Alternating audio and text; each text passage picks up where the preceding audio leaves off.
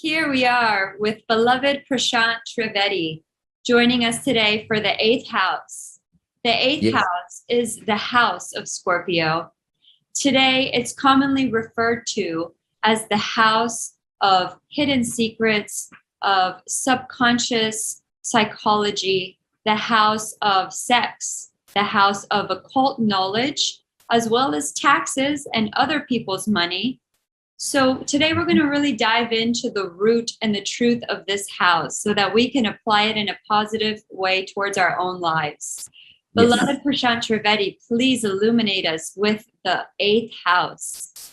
Yes, Julie. As always, we will go with the last house first, right? That's how we start every time. So we will do the same thing here. And we were at 7th house last time, and we were meeting people, right? Like meeting anyone, like meeting other beings. Okay. So whenever you meet other beings, anyone meets another being, what is the final thing of that?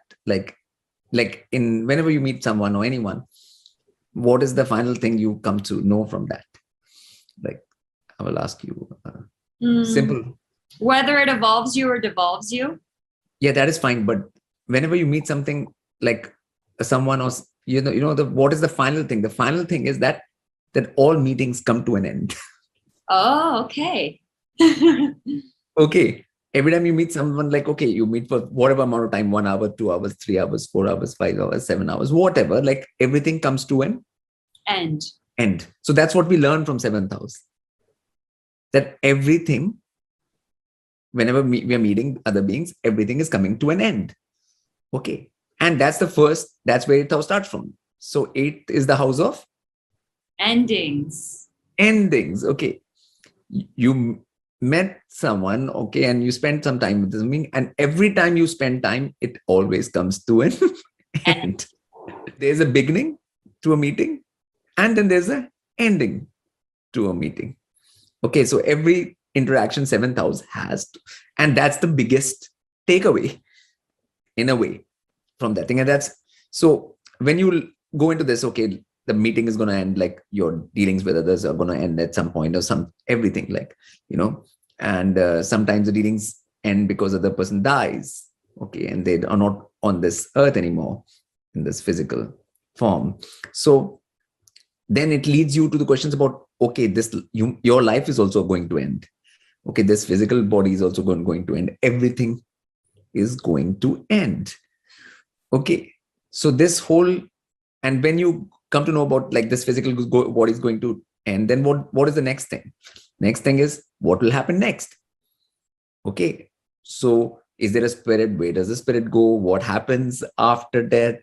All of these things, questions come up. Okay, which people don't know the answers to right now, right? In this world, people don't have answers to those kind of things. So these are hidden things, right? So 8th house starts from endings, goes into death and the reality of death, another kind of ending, and then goes into all the things which are hidden, and going into all of those topics, all of those things, all of that line of thinking is 8th house. Exactly. And then all that line of thinking leads you towards a transformation, which is also Scorpio. Yes. So you are seeing what's happening out here, actually. Yeah. It starts with the 7th house, though. You learn this thing, everything finishes from 7th, because every time you meet, it's not always continuous forever till, there's always, even if people stay together, they come together for a little bit and then that finishes. And then, it's always ending is happening all the time in the 7th house matters. And that is the beginning point for 8th house, that understanding, that wisdom, that clarity about the fact of endings, okay, which leads you into the ending of your own body, your own death, facing your own ending. And then you go into all of that. So you basically try and figure it out, everything which is hidden in this house, okay, because that's how it starts. Like, it makes you ponder and go into what it is, the whole thing, human life, existence, about everything. and the hidden aspects of it, like after death, after leaving the physical body aspects of it. Okay. Which is all considered hidden knowledge now, right? Occult, you use the word occult, which is again a word for hidden. Okay. Like all of those things which are not easily known, you try and find out. So yeah, so you have to dive deep in this, actually. So it's 8,000 more, you have to dive deep into this house for that kind of thing. So it's a very where people consider it all kinds of things, but I consider it only that, actually, for any human being, if they want to use it properly.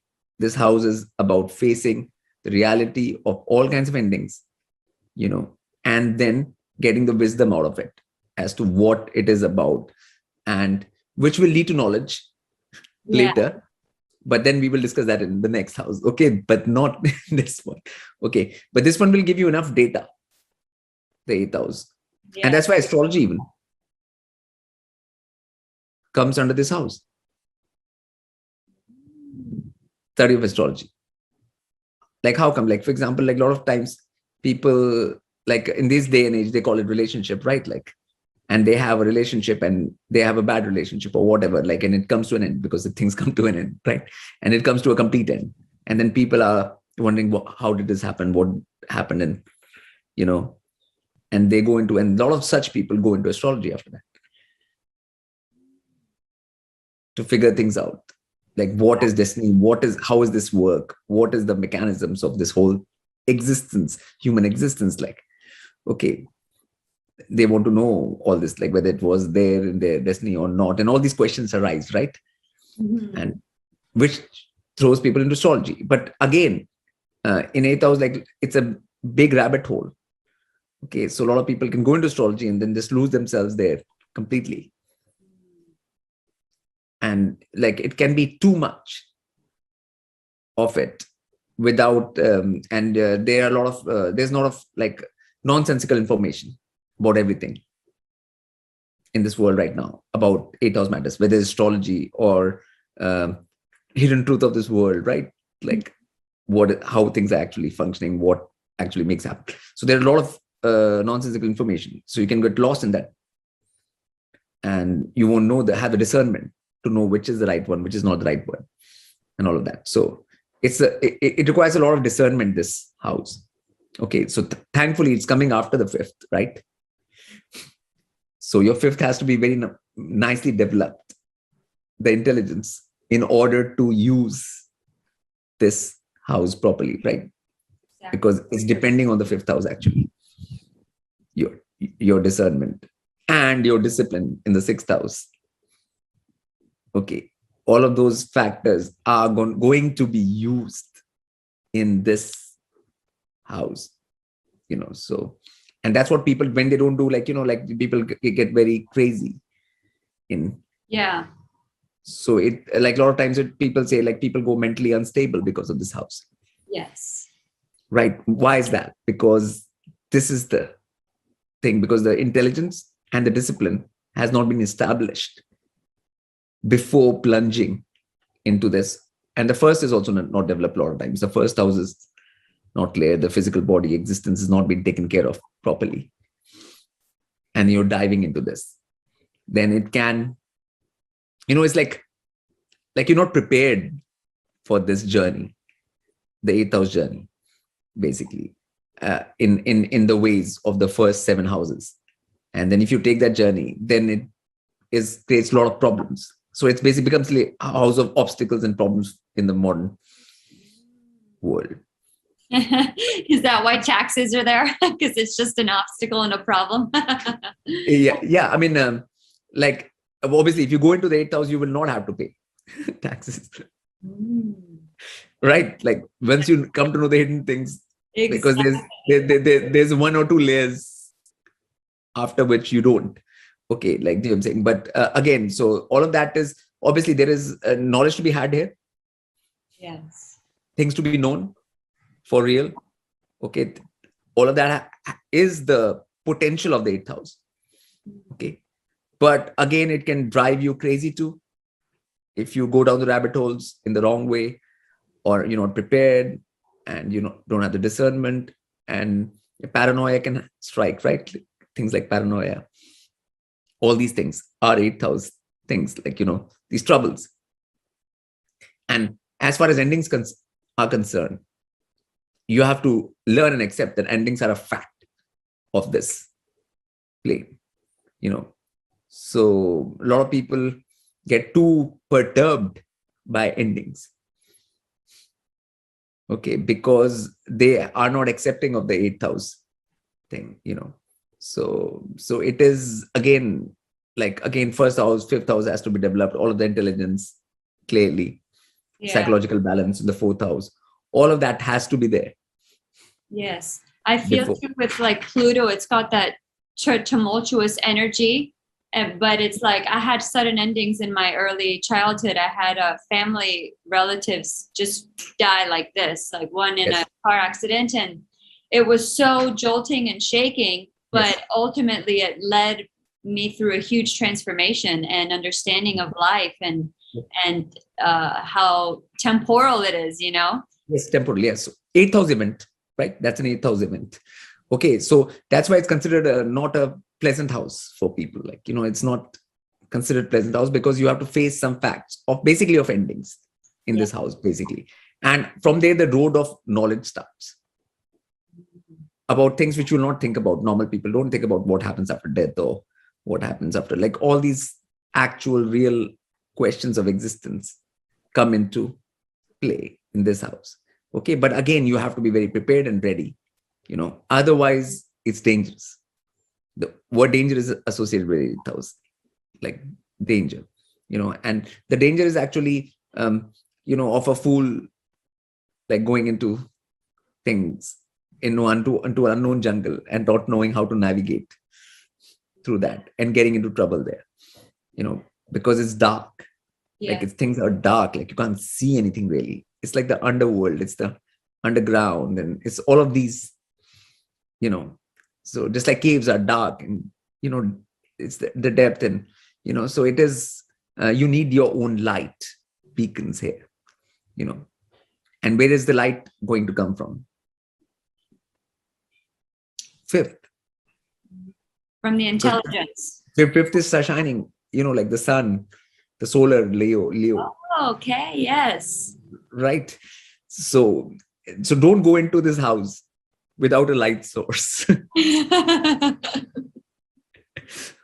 to guide. I mean, and that's what's happening, I find, in a lot of truthers in today's world, or in a field of astrology, truthers, all of these 8th house pursuits. You see this whole thing happening a whole lot.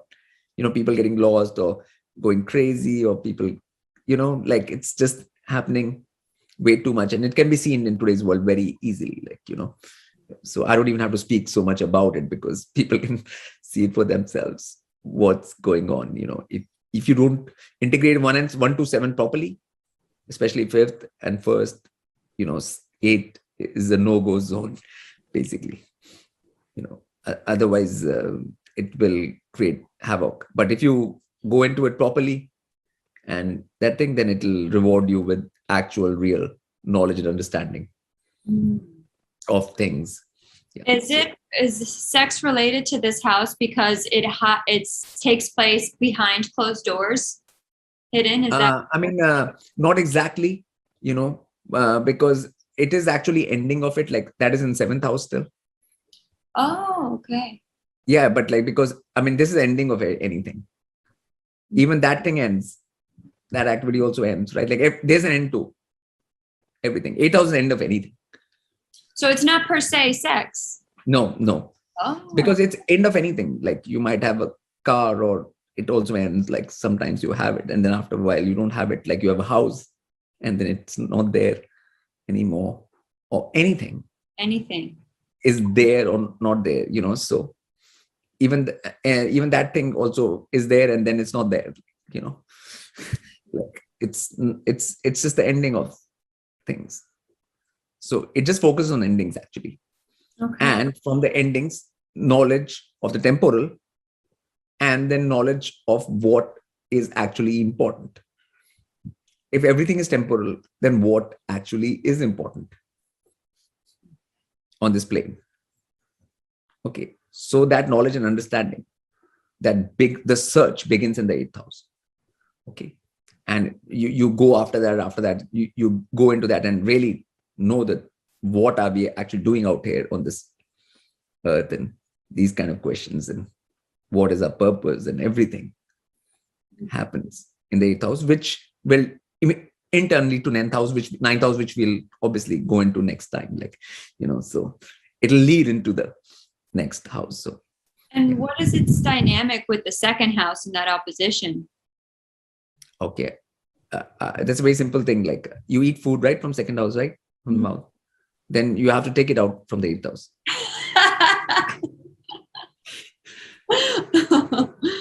Okay. That's the dynamic. It's a very simple dynamic. Like,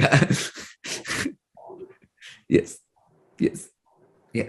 So it is obviously, if you don't take the things out, right, your body system will become polluted, and you will have poisoning, and when kidneys don't work, and the intestines don't work properly, and and you're not able to take out the toxins, you will not survive very long without the 8th house, right? So is that just how like you won't survive very long without a 2nd house? Without eating also, you don't survive very long. Yeah, exactly. And I remember you talking about the 2nd house, how people correlate it today with money because it's just how you attain things, objects around you. So I was thinking the 8th house, that it's other people's money and it's like taking away. So is it taking away like from an outside source? And that's not necessarily. Like, you can have things, like, there's no question of ownership, like, in that way, like, like, so, like, in that way, like, you have things around you. They might be yours, they might be others, but they are just things, right? Like, so they can be 2nd house or 8th house, it doesn't matter. Things will not, the things might be of the 7th house, the person. If you go to someone's house, then the things are of their things, but they're still around you. Oh, got it. Okay. That makes a lot of sense. Yeah, it doesn't matter really. But most important thing to understand is the food and that and thing. It goes out. Yeah. Yeah. So that is 8th house going out. So yeah.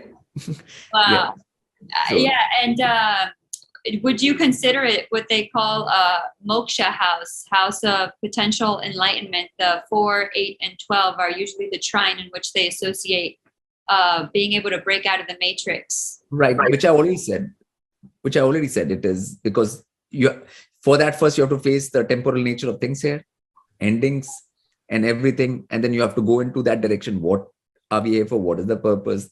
That direction is already happening in 8th house. Yeah, I see how you've connected it from the 4th to the 8th, like with illuminating the psychology, and then now coming here, and I'm excited to see how the 12 will play into this dynamic. Yes. You will see that, but right now we have gotten the general idea of 8th house. I think we know what it is actually about. And a lot of people are writing what it is about in a lot of books, but I'm just saying this is what it is actually about, like, from my point of view. Beautiful. Well, we look forward to hearing all about the 9th house, and I'm sure it's going to continue to enrich in our perspective of astrology and how we can apply it towards our life. We'll see you guys next time on the next video.